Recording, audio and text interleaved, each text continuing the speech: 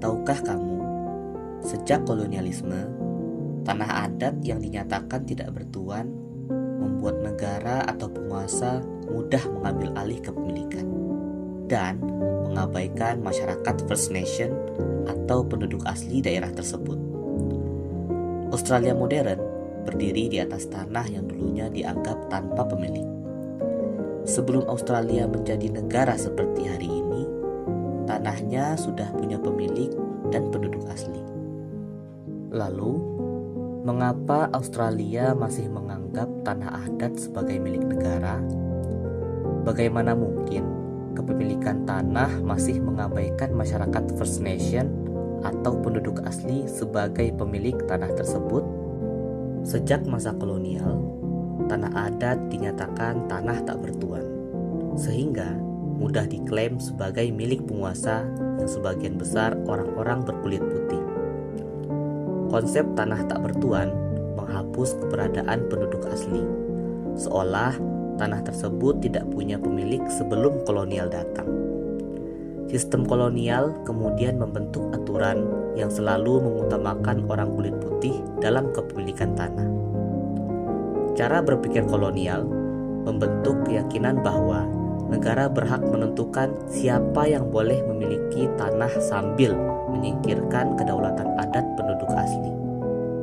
Aturan kolonial ini telah menjadi warisan yang membuat tanah adat terus dianggap sesuatu yang boleh diambil dan dikuasai kapan saja.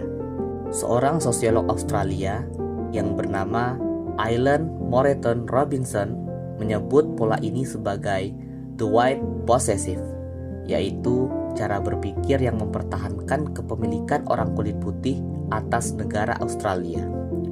Kini, the white possessive juga muncul dalam kebijakan politik, ekonomi, hingga pendidikan, sehingga membatasi pengakuan terhadap kedaulatan masyarakat First Nation atau penduduk asli. Negara menganggap bahwa tanah sebagai aset negara, bukan sebagai bagian penting dari identitas dan kehidupan masyarakat adat atau penduduk asli.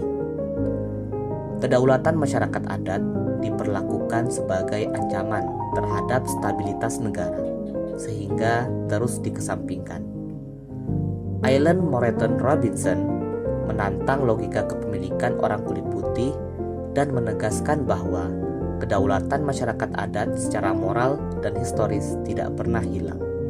Masa depan yang lebih adil akan tercapai jika kita mengakui kepemilikan dan kedaulatan masyarakat First Nation. Gagasan dari Ian Moreton Robinson membuka jalan bagi negara untuk menerapkan kebijakan yang lebih adil terhadap klaim kepemilikan atas tanah adat. Mengembalikan eksistensi pengetahuan masyarakat adat dapat membantu kita mengelola hak kepemilikan tanah dengan lebih bijak dan berkelanjutan sesuai dengan nilai budaya mereka. Jika cara berpikir kolonial dihilangkan, negara dan masyarakat adat dapat membangun hubungan yang harmonis untuk menciptakan keadilan sosial. Apakah kita siap menggugat cara berpikir kolonial dan mengakui kedaulatan masyarakat First Nation atas tanah mereka? Bagaimana pendapatmu?